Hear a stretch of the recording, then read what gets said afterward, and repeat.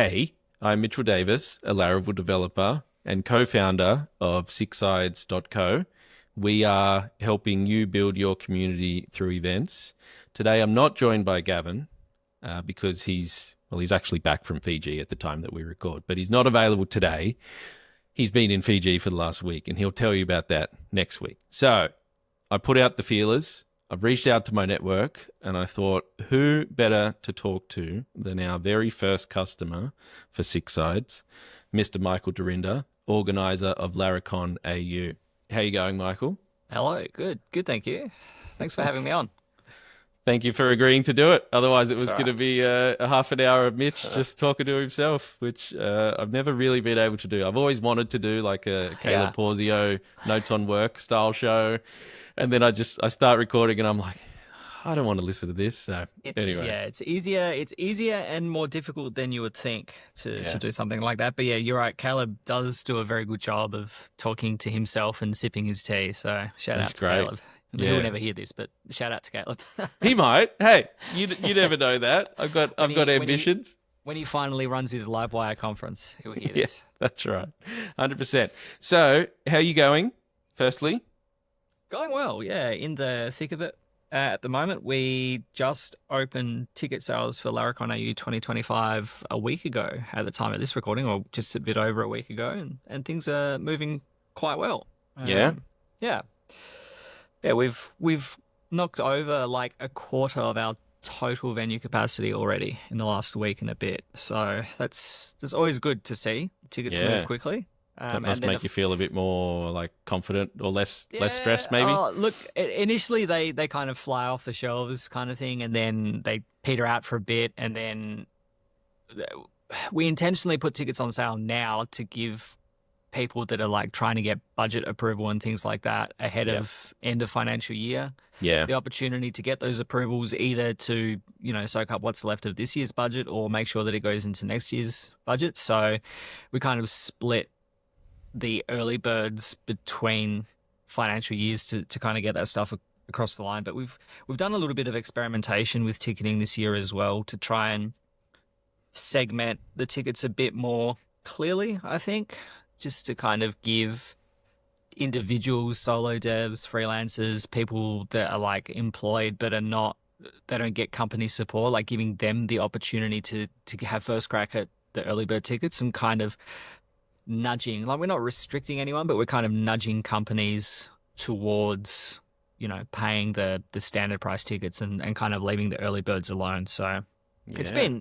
been a, interesting kind of, I don't know if this is going to go well. Are people going to complain about it? Are people going to like skirt the system and buy the early bird ticket? Like, obviously we can't stop anyone. It's kind of like Yeah. the Apple education store, Yeah, Oh yeah, sure. this is for education, students and teachers and things like. Yes, of course, I am a student slash teacher. People You're a do that student of kind of life. stuff. So I'm a Yeah. student of life. Yeah, always learning. So it's it's been a good, like I said, we've knocked over a quarter of our total venue capacity already, which is very good.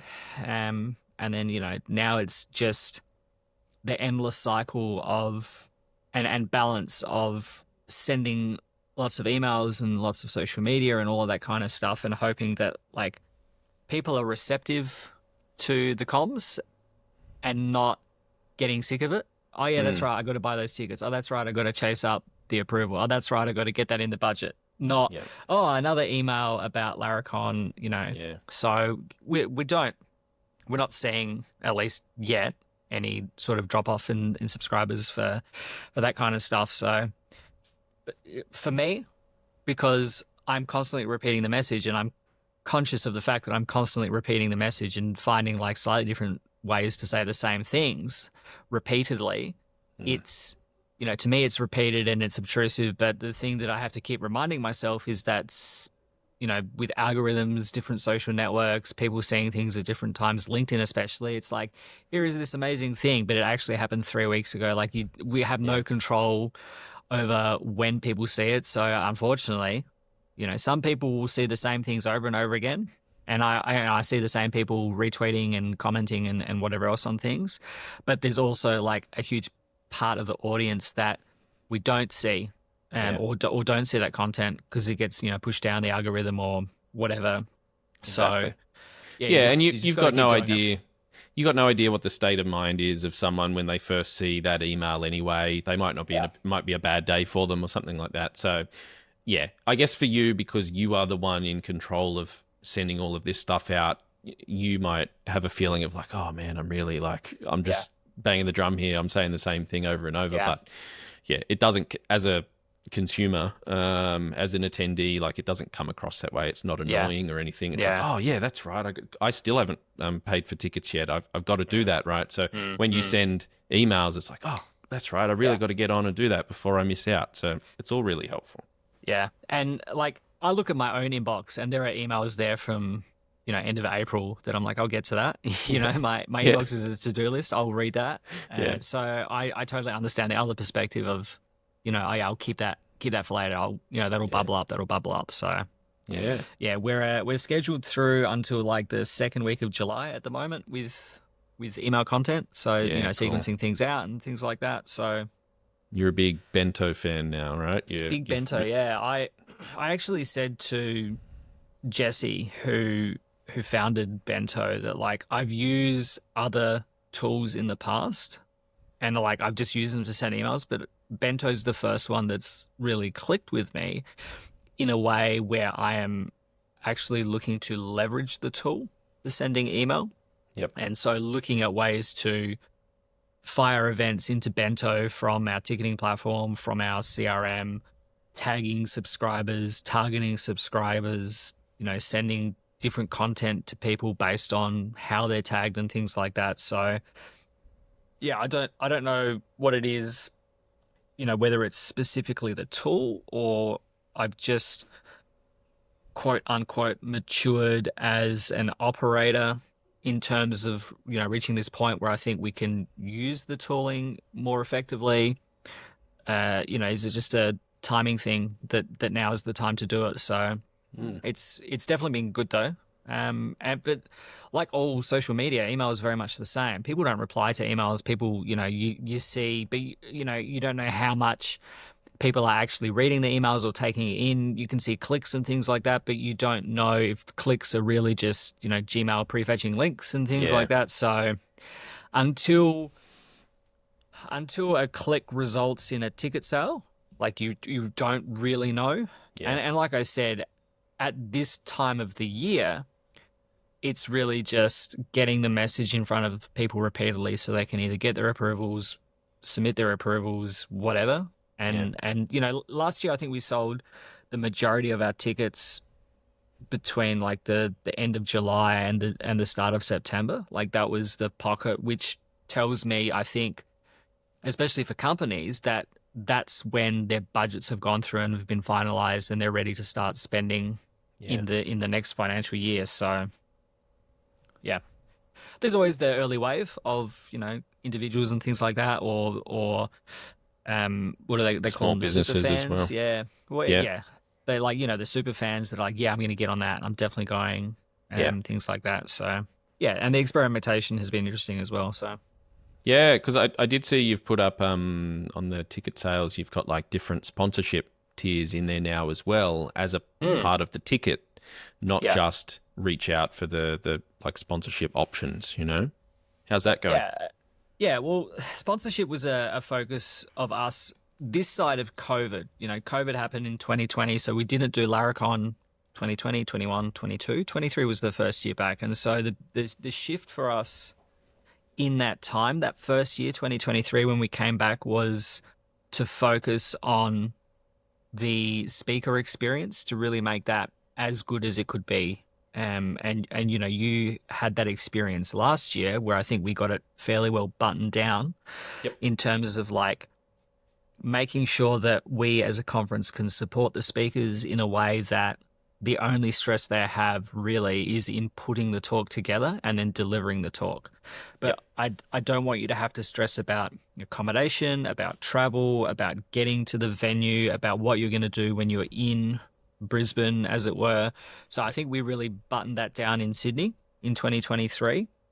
And then we were sort of already looking to move venues, but not really sure where. And then our hand kind of got forced in 2023 to the point where we had to look around for a new venue last year in 2024. And we ended up at QUT's Gardens Theatre in Brisbane.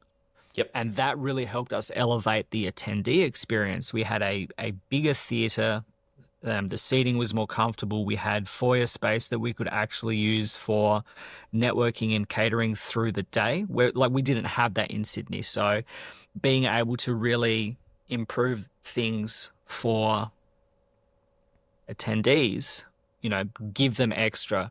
Necessarily it meant, you know, you catering for us, you know, the catering component alone was like 4 or 5 times our total venue hire expense in Sydney, you know, so necessarily the cost of the tickets went up.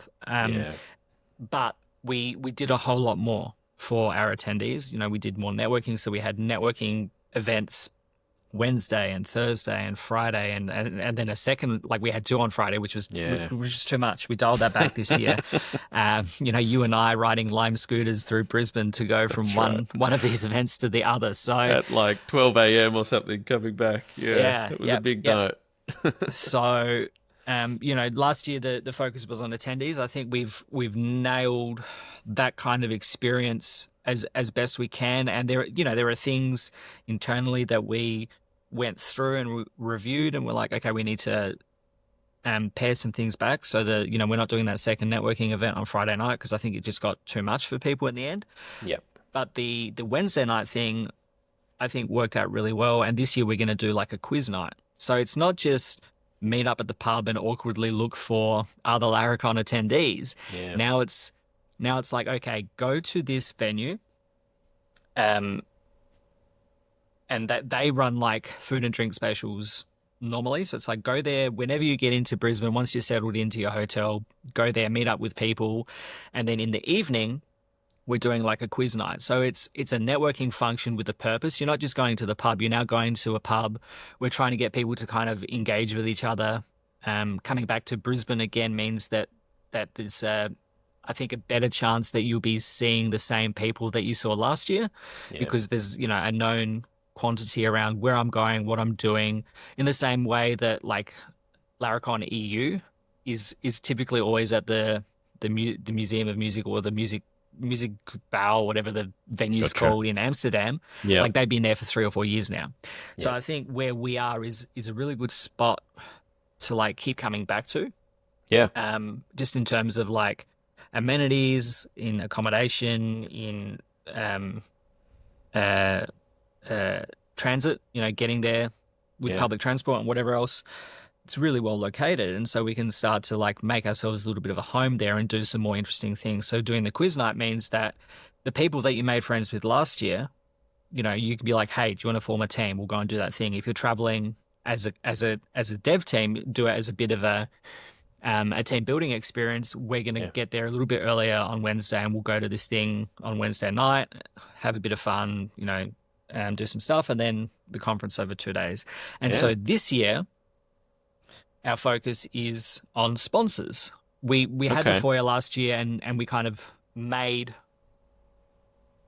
the focus last year with that foyer space was like to enable networking, to do catering, to do all that kind of stuff. Well, this year we're trying to actually get our sponsors who have not typically wanted to exhibit to actually come and exhibit in the foyer. So the focus now is trying to get those level of sponsors in where they're going to come and they're going to do more than just be like silent. Just stand there awkwardly. So Tixel is coming in. We've got another 2 unnamed. We're still waiting to finalize some things with them. So not ready to name names on those other sponsors just yet. And then who is the other one? I'm sure there's another one, and I'm going to, you know, obviously get myself in trouble by not naming them if I don't name them, seeing as we're talking about sponsors. You better sponsors. name them if they've paid. ClickHouse is the other one.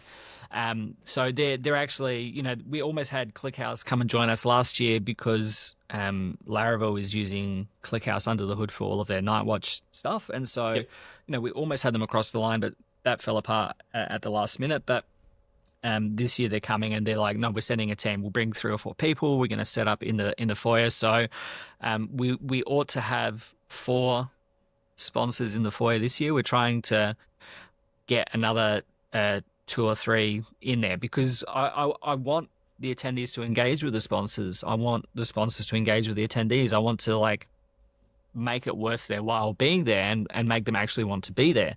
Yep. And so, you know, the focus is then, well, how do we get the sponsors in the door?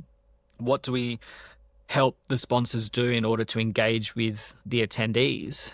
And how do we make that like an enjoyable experience? Like, I don't want it to be forced. I don't want people to feel like they have to go and talk to the sponsors, because I think last year the sponsors that we had that were in the foyer, most people went and had some good conversations with them.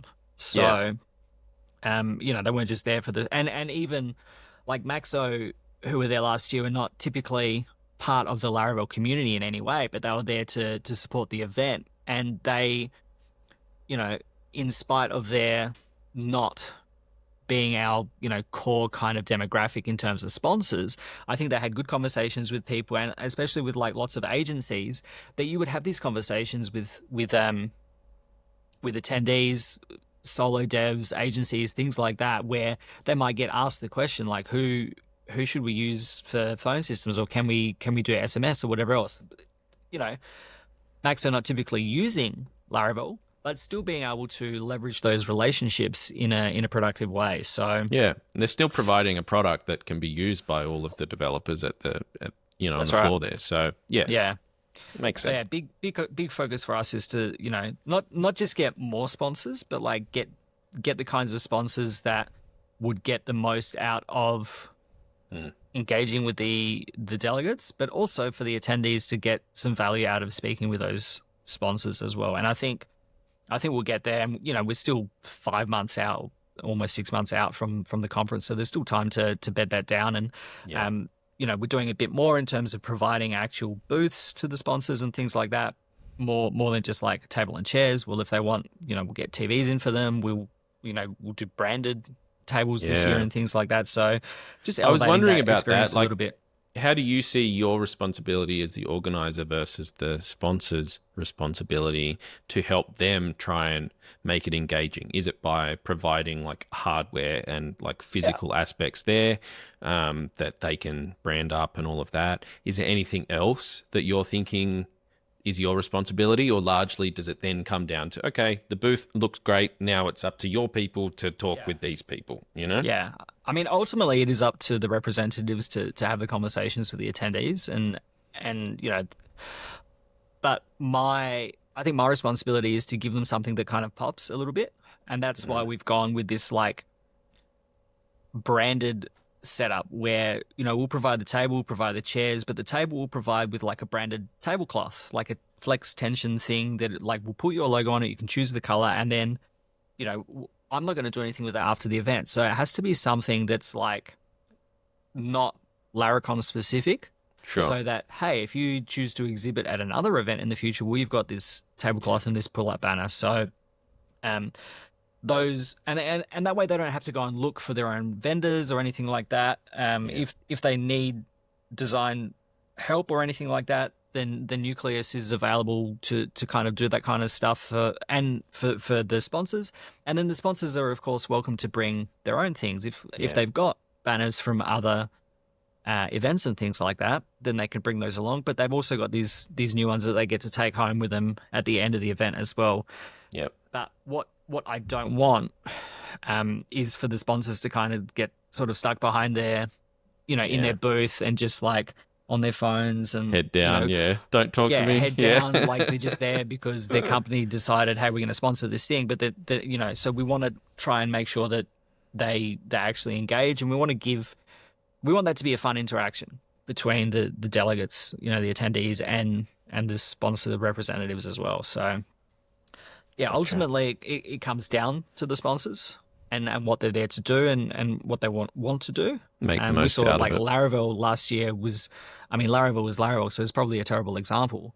But, you know, they got out there and they were showing off Night Watch and they were talking about stuff and they brought swag and this is the kind of stuff that we see at like a Laracon US and a Laracon EU, but we haven't historically seen, number one, because we never used to have the space for it. Yeah. But number two, we haven't historically had the kind of sponsors come to the event that want to exhibit. Like even the sponsors that had time on stage didn't, like, they don't even want time on stage because they don't, Yeah. and they may not be actively recruiting or actively selling their services or products into a Laravel audience, but just having a presence at an event like this. And I had some good feedback from a past sponsor as well that are looking to come back again this year, that, that whilst they've not actively been recruiting or anything like that, just their presence at the event is noticed by the community to the point where over the past, I think their first sponsorship was back in 2019 when they were on the board, and then they upped in 23 and 24. Just being present is enough for the community to actually see that. Yeah. And so when the attendees have been like looking for employment and things like that, they've gone, oh yeah, I know this company, so I'm going to go and apply at this company for a role. And the feedback that I got from that company was that, the number of candidates that they got through their process, that got to technical interviews, that got to meet with the hierarchy of the company, the ones that came through the conference were of a higher quality than, people had just, come knocking through LinkedIn or whatever job other avenues that they had there. So, and when you consider companies that are like looking for that quality of developer, the kind of developer that is self-funded or looking to do their own personal development or going with their company, that kind of stuff. Well, yeah, of course, this is the cream of the crop in that regard, but they're also paying attention to the kinds of companies that are exhibiting, that are attending, that are participating, that are just being part of the community. And so when you consider those kinds of companies would spend, 10 or 20% of an annual salary for a recruiter, well, then the cost of the sponsorship doesn't look that much, where you get 4 or 5 developers over the course of 2 or 3 years, Yeah. You look at the ROI that way. It's like, okay, if the company is looking to invest in the community is more likely to look favorably on those kinds of companies as well. So game recognizes game, That's exactly right, yeah. to condense the last 10 minutes. Yeah. Yeah. Are you looking, I know we haven't even talked about SixSides yet. We'll get into that in a minute. Yeah. But as we were talking with you earlier in the year, and particularly with Gavin's background, he's been to tons of events as a sponsor and things like that. And he was kind of giving you a little bit of advice there on, okay, maybe you could go after some different businesses maybe than who has sponsored you before, and using things like Apollo and stuff. We've talked about it on the show before as well. So was some of that stuff helpful to be able to find some different sponsors? Yeah.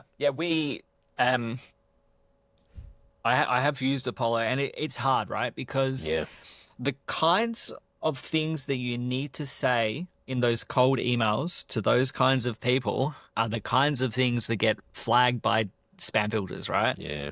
I'm looking to engage, especially when it's a cold email. Like, you try and inject your own personality into it, but you're still saying the kinds of things that sound like spam. And realistically, not to kind of sugarcoat or anything, but it is. You're spamming these people. You're contacting them out of the blue. So it was like, I don't know that I want to do this. It's a bit, if I was receiving those emails, I would be a bit like, mark as spam, delete email, kind of go away. But after a while of like looking at these companies and looking at the kind of roles that these people are in, field marketing, events, just marketing in general, like these people in these roles, this is what their job is. Yeah. So once it kind of clicked to me that like, no, these people, I'm not going to say I'm doing their job for them, but by reaching out to these kinds of companies, right, and these people in these kinds of roles, that's what they do. They look for events that they're going to attend, and it's marketing for them, right? They're getting in front of customers, right? So you're helping enable that. Yeah, and so like the symmetry there of them wanting to come and exhibit in front of a Laravel audience, and Laravel, my job as a conference organizer is to find the kinds of companies that would resonate with the community, meant that this was actually a good approach. And it was difficult because some people would reply straight away, right? I had 3 or 4 that replied straight away. Not this year. One company was like, we'd love to do it, but we're triple booked for that week. We can't, we don't have the people to send. The kinds of companies I think that Laravel developers would recognize are US based companies. It's very difficult to get a US based company to send people to Australia where they don't typically have a base of operations. They don't have an Australian office. They don't have people in Australia, things like that. So there are some organizations that do. I think using this has kind of set the table for next year with a few of them. There was one that said, we're just focusing on US this year. Try us again next year. This other company that was triple booked, they're like, we'd love to be involved. We'd like to support the community. Try us again next year. There was, a couple of companies that were like, yep, let's do it. And they're like, straight away, this is what we want.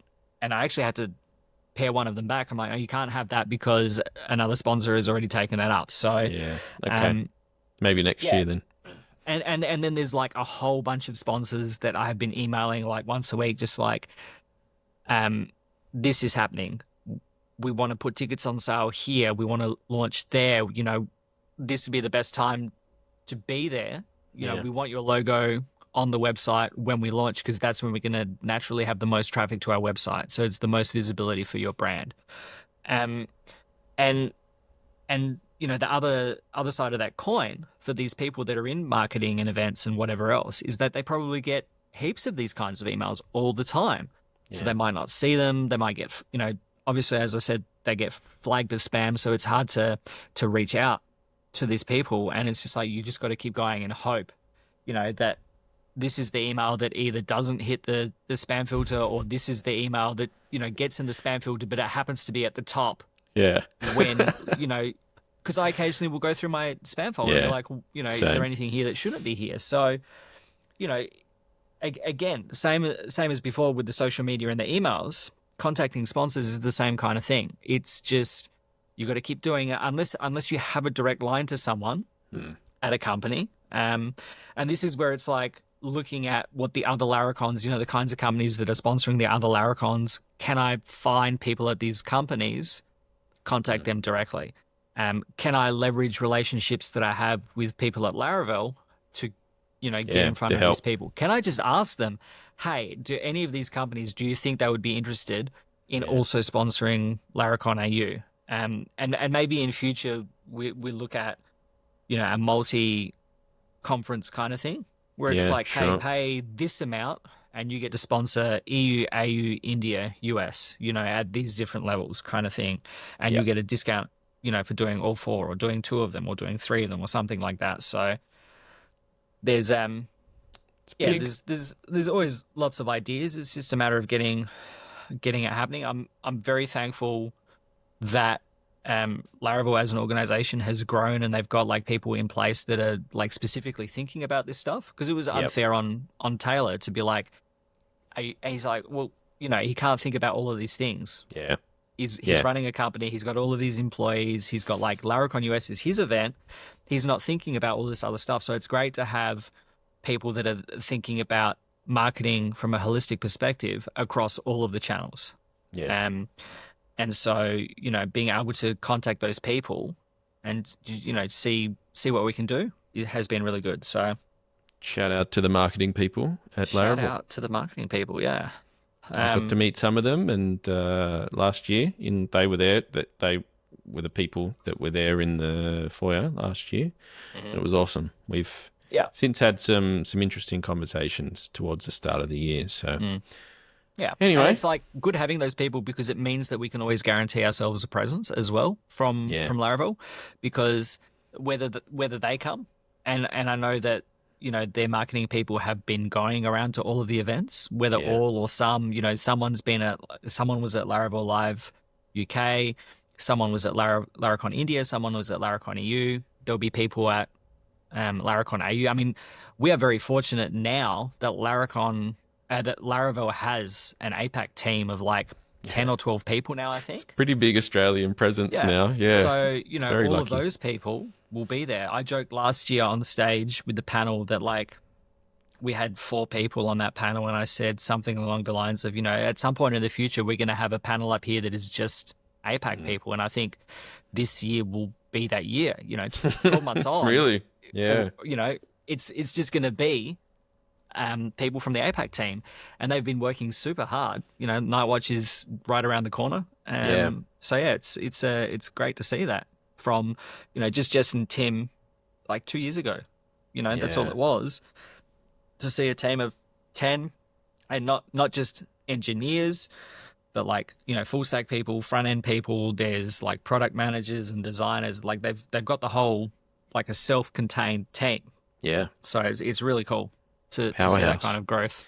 It is, and it feels really good because as an Australian, it feels really good to have that. We're involved. I've always kind of felt that, okay, as an Australian, we're a bit detached from what's going on, I guess especially in the Laravel scene, and a lot of it is US based, and then of course Europe as well. It's quite easy to feel a bit detached, but having our own people, and you're right, 10 or so people that are not that they're all Australian, right, on the APAC team, but that there's quite a few of us. It feels majority. pretty good. Yeah. It's nice to be in those conversations,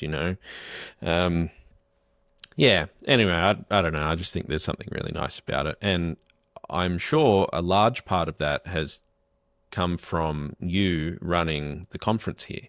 It has kind of put us on the map of, okay, we are serious in the Laravel community. Australia in particular is quite serious about it, to the point that you're able to get us up to a top level billing. Like there's no higher level than a Laracon, right? And we are one of 4, and that's all come from you. So as a Laravel developer, I'm super thankful. I loved it when we were in Sydney, because the travel for me personally was a bit easier, but I think the venue is much better, and what you set up last year was outstanding. So I can't wait for whatever you got in store this year. Yeah, Sydney was a good spot, but like now that I have, in fact, there has never been a Laracon AU where I haven't had kids. Eli was born in June, and the first Laracon AU was in October of 2018, right? So Laracon is my excuse to travel. So it's never going to be in my hometown. It's never going to be in Adelaide. It's always going to be somewhere else. And I think like it was going to be Sydney for the foreseeable future. We were going to stay there until we outgrew that venue. And unfortunately, our hand was forced. So, we moved to Brisbane. And I think now Brisbane, this will probably be our home for the foreseeable future, in the same way that Laracon EU goes back to the same place. Yeah. I think we have the facilities, the location, all of the amenities are there.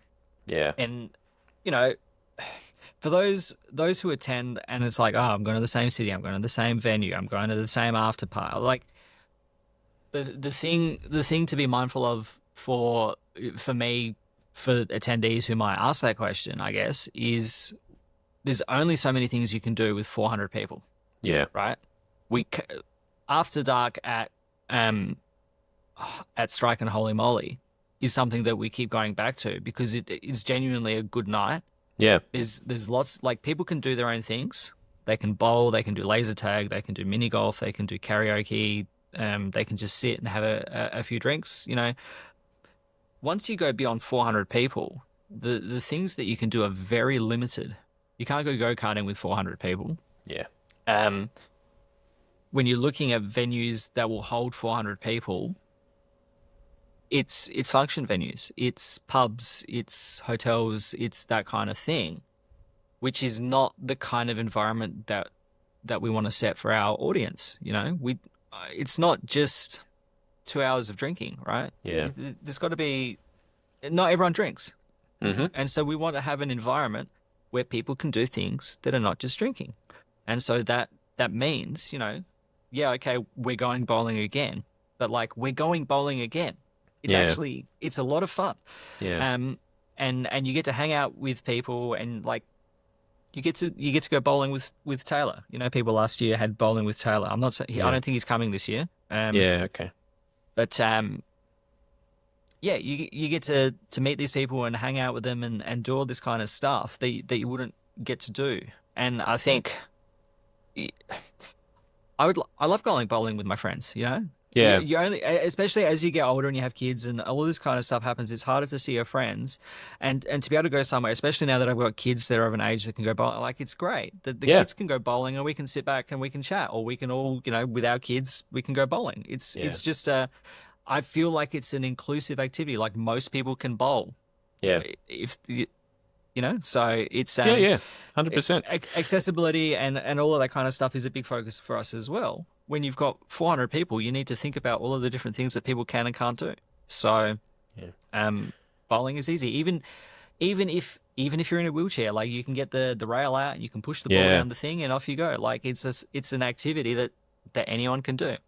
Have you had many complaints? Because you sound a bit defensive about it, but like, as an attendee who has been to 3 now, I think, and doing that each time, it's been a blast. It's fun as. So yeah, I don't think I haven't heard any complaints. People always enjoy themselves. So yeah. But it's just like, it's always a thing that's in my mind. It's like, what if people, I always think about it, because what if people say, this is okay, well, you're doing it one day a year. Yeah. Once a year. Yeah. This is just what it is. It's not like, if I could do something else, I would love to mix things up. And this is why we're mixing up the pre-conference thing. I think a quiz thing will be really fun. Yeah, the metrics that we got from them, from the venue last year, was we had about 60 or 70 people turn up. Well, we've got a limit of 70 people seated to do a quiz. So, you have to get a ticker for it, but it doesn't cost anything. But it's just so we know, okay, we're going to have 70 people there. Or we'll have 50 people there, and a few extra people might turn up on the night because they weren't sure about their travel arrangements or whatever else. That's fine. But it's just, we're trying to do the things that we can do. And the things that we have to do the same, we do the same. So yeah. Mate, I think it's going to be awesome. So don't stress so it. So I want to get into our history a little, because we've run really long. That's all right. I don't know if you have a hard stop, but I do want to ask you a little bit, as the first customer of SixSides, right? Or as it was previously known to you, EventKit. I wanted to get your initial, like, what were you thinking at the time? Let me set the stage a little. So, for anyone who doesn't know the history, this business, SixSides, was born out of an idea that I had when I was prepping my talk as a speaker for Laracon AU last year.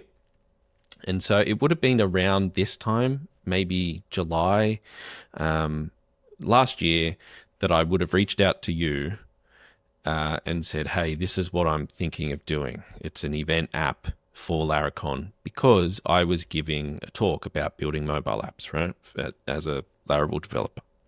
And we then kind of like came to you with like a bunch of ideas, different things that I was thinking about. And I don't know that we've really talked about it. How did that, you of course were supportive, but what were you thinking at the time? Were you like, oh, there's some risk here, or this sounds really exciting, or do you remember what was going on there? Yeah, there was definitely some risk to it, because I think at this point you had already been selected to speak, and you were going to talk about building a mobile app as a Laravel developer. And I thought that was interesting. There was a lot of it going around at the time. And you had a different approach to what was kind of quote unquote in vogue in the community. But I think it sat very well in terms of the skill sets that people already had. And I think, from memory, I was like, you need to have something that is tangible that you can show to people, like this is an actual thing that you can build. And I think that's kind of when you started floating the idea of doing the app. And I think your original idea was a bit more all-encompassing in terms of like full event management. Yeah. In terms like ticketing and all of that kind of stuff. And I said, I don't need any of that, right? I don't. There are certainly events out there that want like one app that does everything. Yeah. We were already like deep in the weeds in terms of integrating with our ticketing platform, and we had our own CRM for managing all of that kind of stuff. And that's because you built that, right? Because you're a developer. Yeah, because I'm a developer, and because like I didn't want to spend time doing all of these things manually. I'm like, I'll just build this out, and that has served us well now. At least for the last 2 years, and this year as well, I've done a bit more, and I've automated a bit more to it. And you know, in terms of like using Bento, we're leveraging that for a lot of things as well. And you mentioned before the different ticketing options. We've got sponsorship. Last year we had like community sponsor was a tier, and it was just like a low end ticket. It was like $500, and it was just like your logo on the door. That's all it was. Yeah. And then this year I was like, I wasn't really sure if I wanted to do it. I was going to like thinking about bundling it with some swag and doing that similar to what Laracon US was doing. But when I looked at like the economics of it, I'm like, we can't really justify the cost of all of these things and the ticket for the price.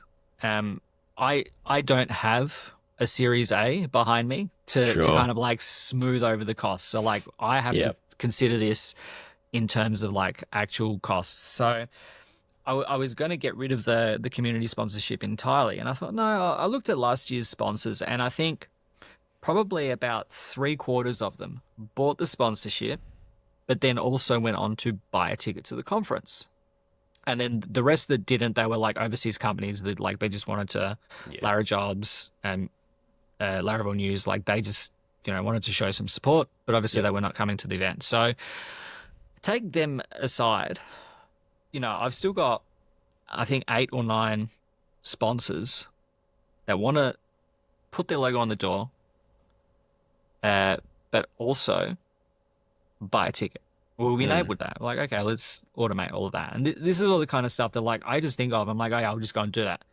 Which is not the kind of thing that I can go to SixSides. Hey, I just want to like slap this in there and like have it work, right? So this is where I kind of said, no, what I want for the app is like, we wanted to do the game. I don't know what the game was at the time, but I wanted to have the game, have the app be a centerpiece for attendee engagement. Last year, we really wanted to drive the networking piece home, and we wanted to figure out how we could do that in a way that would actually get attendees to have meaningful engagement with each other, not to just like, hey, you know, have an awkward conversation as developers are loath to do, you know, what's your name? What do you do? Stand around for a little bit until, I've just got to shuffle go over away. there. So, and shuffle away.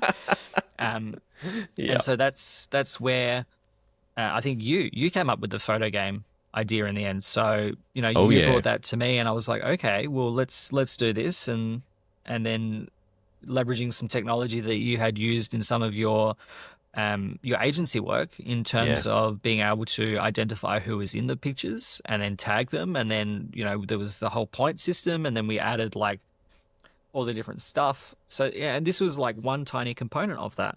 And then we did like the audience interaction with Q&A and surveys and all of that kind of stuff. Like that was fantastic because we had done that in the past, but it was kind of like a bit of a janky experience in terms of like asking the questions. There was no visibility. Like once Mitch had asked a question, I couldn't see, you know, so then we had people submitting the same questions and there was no way to kind of collate them.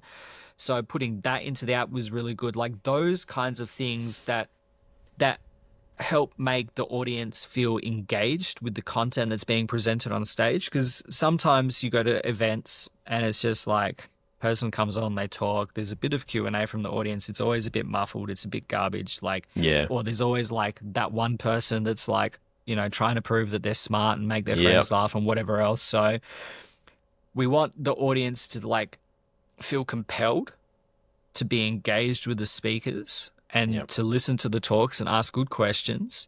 We don't want to put the speakers on the spot because we don't want the speakers to feel like garbage because, oh, I don't know the answer to that question. Oh, this, they've asked me something out of left field, that trying to be a smart ass, whatever. Yeah.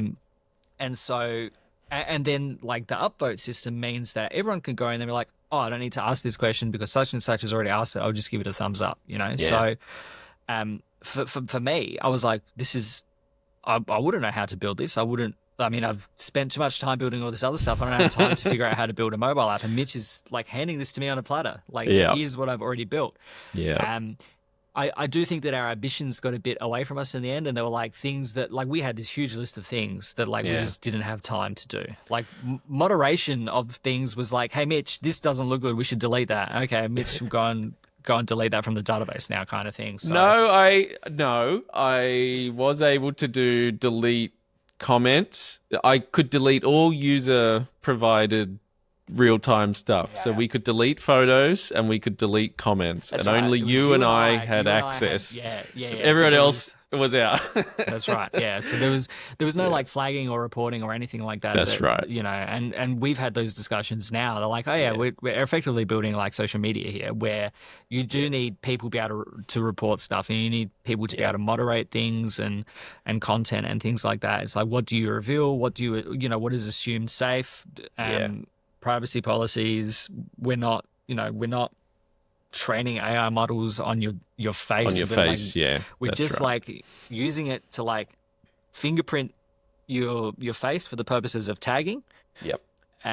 We then took all of the professional photos that we had taken of the conference. We tagged all of those, so people at the end of the event could go into the app and like find all of their photos, and then download them. That's it. And then we got rid of all the face data. Yeah. Yep. And like that was a big concern for me, because I'm like, no, we don't really. Yeah. I mean, technically at our size, we're not covered by the Privacy Act. Like we don't fall under the purview of the Privacy Act, but that doesn't mean it's not the right thing to do. So like, I'm still thinking about it. I'm like, Mitch, what if? And then, we had a couple of other people, spread their dissent as well. And then, I know you got a big I had some about questions, but everyone was really good with it. Yeah. And I think like people embraced the spirit of what we were trying to do. I think honestly it probably really helped, and we had a big uptick in usage after I gave my talk and I was able to be who I am genuinely. I think that came across pretty well. I watched your talk a couple of weeks ago and I'm like, did you? There's a lot of nervous energy in this talk, but it's like just Mitch being Mitch. And I think, you're right. It did help allay anyone's like suspicions or fears or anything that like this is some giant machine. This is just like, this is me and Chris working on this thing. It's just a guy and his mate working on an app that they thought was cool, and they had the opportunity to present it in front of a big audience. And like you've had like a big audience, you've had conversations with other events, like you mentioned, you've had conversations with Laravel on the back of it. And like it's gone on to be a thing. Like this is a business that you're running. This podcast exists because because you had the opportunity. And I think like 20 years, whatever, whenever Laravel burns to the ground and it's not a thing anymore, and like I will always look back fondly on the opportunities, not the opportunities that Laracon afforded people who wanted to put themselves out there. I will always, Jess gives me too much credit for it, but I will always look back fondly on like Jess being the only female attendee at Laracon 2018 to like being the first Australian working at Laravel with Tim to now leading that APAC team. Like I will always look fondly on that. I will always look back fondly on this interaction, this friendship that you and I have built now on the back of this. That like he was Mitch as an attendee. He was Mitch in 2019 going, I could do that. 2023 going, I could be on stage. I could be giving a talk, to like Mitch now having a business on the back of actually putting himself out there and getting on stage and giving that talk. I get to go on stage as the organizer and the host and like a goof off for 2 days and have a lot of fun. But like by the time the conference starts, my job is effectively done. Yeah. The train is on the tracks. It's set off, and It's like over to other people now. Yeah. I can't do anything. Yeah. If there's a good talk, nothing to do with me. If there's a bad talk, I can't do anything about it. Yeah. You know, I just go out there and have fun for 2 days, and at the end of it, like when everyone goes home, I'm just like crash and I'm exhausted. Yeah. So, you know, and like last year, I will have fond memories of people using the app and taking photos and like actually having conversations with each other and having a reason to do it. And like we were very deliberate. You know, we didn't want people to just take drive-by selfies, and by and large, people did not take drive-by selfies. Yeah. We encouraged over and over, actively and often, people to use the app as like an icebreaker to go and talk to someone, to like, hey, you know, do you mind if I take a photo? Yeah. As part of that conversation.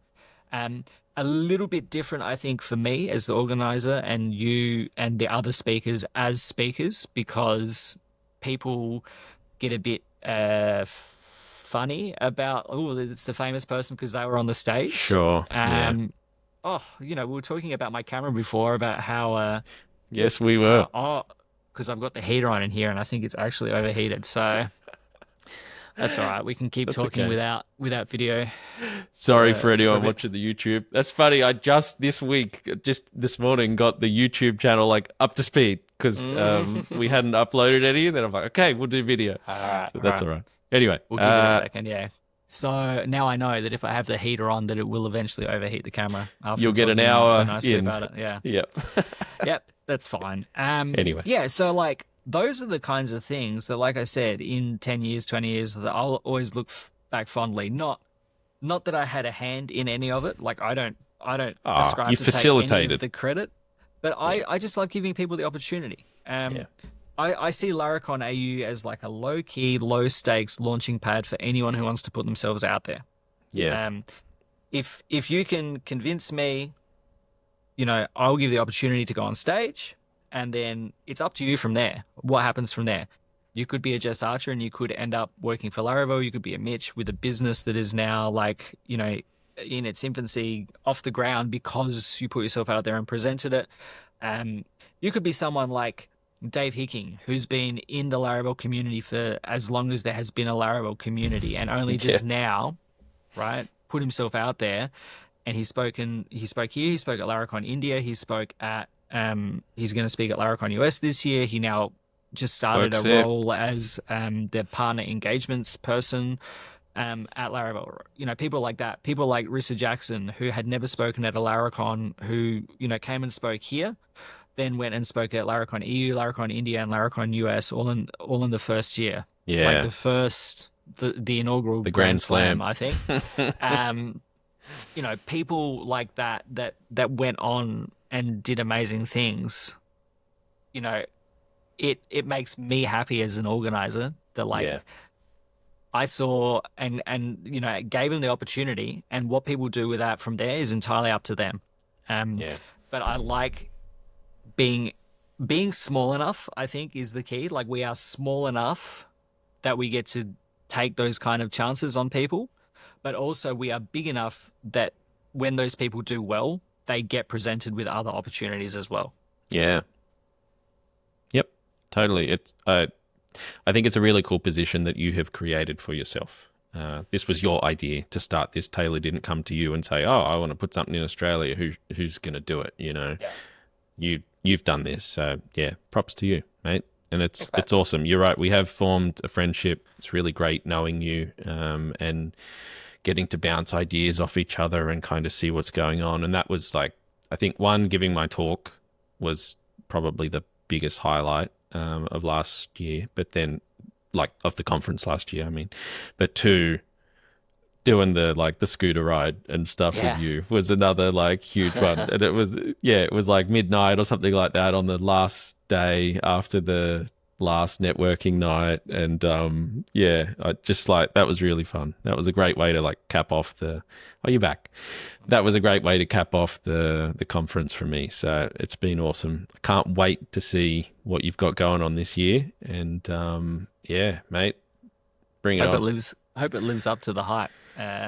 I'm sure it will. Last year, so it's It's a tough Not act to doing follow, for fireworks sure. this year. Not doing So, fireworks this year, no. no, that's But public. we are doing things this year. You know, we're mixing it up.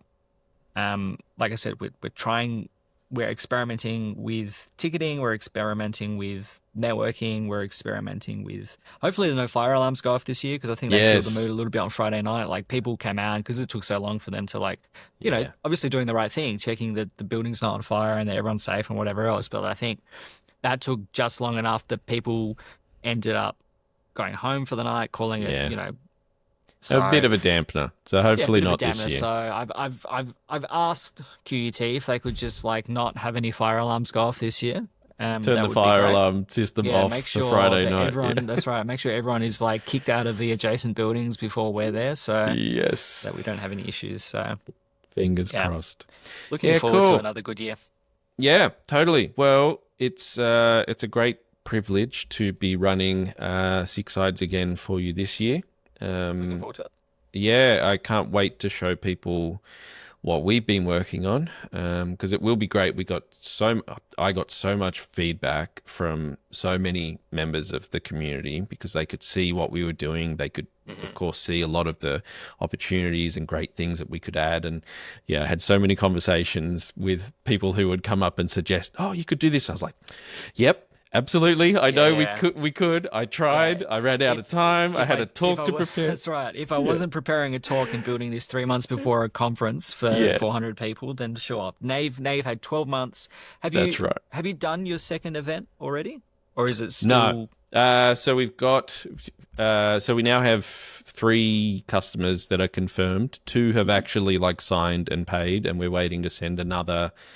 to send the third one an invoice, which will probably happen either today or early next week, to be locked in. That event is in August, so late August. So we've got to make sure that we're, like, of course, fully up and ready to go by, like, late July. And that's really exciting. So that'll be your first event since Laracon as SixSides. Exactly, yeah. So that'll be the app in the App Store and new infrastructure over in Europe and work. I don't know how closely you've been following the show, but the last few weeks I've been going through about our new infrastructure and databases, and we're using Cloudflare heavily and all this sort of stuff. So it'll be very exciting. I don't believe either Gavin or I will be traveling over there for it. It's just, it hasn't worked out as far as the budget goes. So that will be quite interesting to have our first event under all of this new stuff run in a totally, like, opposite side of the world, where neither of us are there, but I'm extremely confident. Fortunately, you work for yourself and you can just, like, stay up all night to match with time zones and things like that, and then sleep the next day. So I think you'll be okay. And realistically, like, anything that you would have been fixing in person, you can probably still address better from here. From here, because someone will just send you a message and you'll be like, all right, I'm on it. And then, like, you won't have that person standing over your shoulder. Like, to fix is a fix. Like, but I don't know if there's anything that you specifically set up for that event that is different to what you've done for us. But I don't think there's anything in the application that is, like, super critical, that, like, if it's not available, the conference doesn't work, kind of thing. I'm very glad we're not on the critical path, because that would be a whole new level of stress. So of course the app needs to work. That's what people are paying us for. But you're right. At least it will not cause, a couple hundred people to have a really bad time. So that would be the kind of thing that would be problematic if you were, say, for example, doing ticketing for the event and your database goes down as they're trying to check everyone in. So yeah, that's right. So we are working towards all of that stuff. Like, I do still want to do ticketing and get involved in the entire system so that we can be one app for those events that want that, right? But it's way too early days. So this is going to be, over the next year or two, we will expand out our suite of things that we offer. Yeah. So I think there is definitely scope for that kind of functionality in your application. And I think there are certainly events that would use that kind of app. I had been to events where they've got, like, a white label thing that is, like, you go in and you check in and you've got all of your contacts in there and all of that kind of, like, I think you're well positioned to build that kind of stuff. But I think you're right. It's a over the next year or two kind of thing as you like build out the core of what the app is. You know, the stuff that we used was core to us. And I think core to other things, especially if you're trying to get attendees to be engaged with the presenters, I think that side of things you did really well. And so get that stuff done and then work towards ticketing, because ticketing's a whole other beast. And it depends on like how popular the event is. Like how much are you going to have to worry about an event that's going to sell out within 24 hours? Yeah, you know, and that volume of traffic, is that going to be problematic? But again, that's separate to the app. So that's a whole other aspect of the infrastructure and the application that you'd need to build out that, you know, you probably don't want to do in your first rodeo. Because that's no, definitely if it not. Go well, you know, if it doesn't go well, that's also potentially your last rodeo. So yeah, that's right. There's a lot more risk involved with that side of things, and the people aren't coming to us to be a ticketing platform because that's somehow our unique value prop, right? No, we provide a really great experience for all of the 6 sides of the event community. That's what we're building this business on. And so far that's resonating really well with lots of people that we're talking to and actual customers like yourself. So we'll get to all of that stuff, but it's by no means, it's not coming up soon. If anyone is looking for a glowing endorsement, last year we got it for free and this year we paid for it. So, you know, we were happy to do it again, and happy to like be in a position to like, it's a privilege for us to pay for it. That like, you've done enough based on the goodwill of the free product that you delivered last year to be like, we would pay for that to do it again. So, mate, I appreciate it.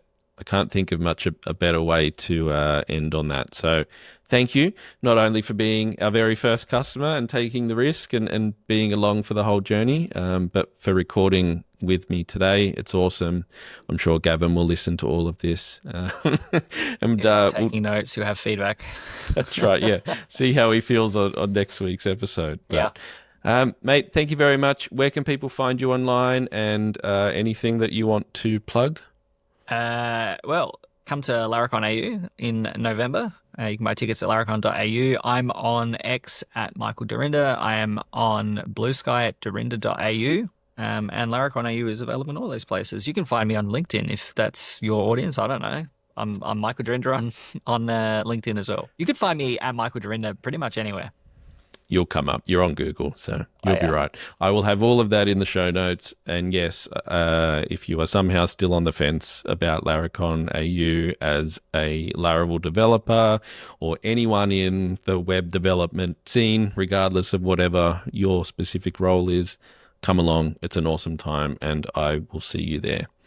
Thanks, Michael. It's been awesome having you on the show, and I'll catch you in November.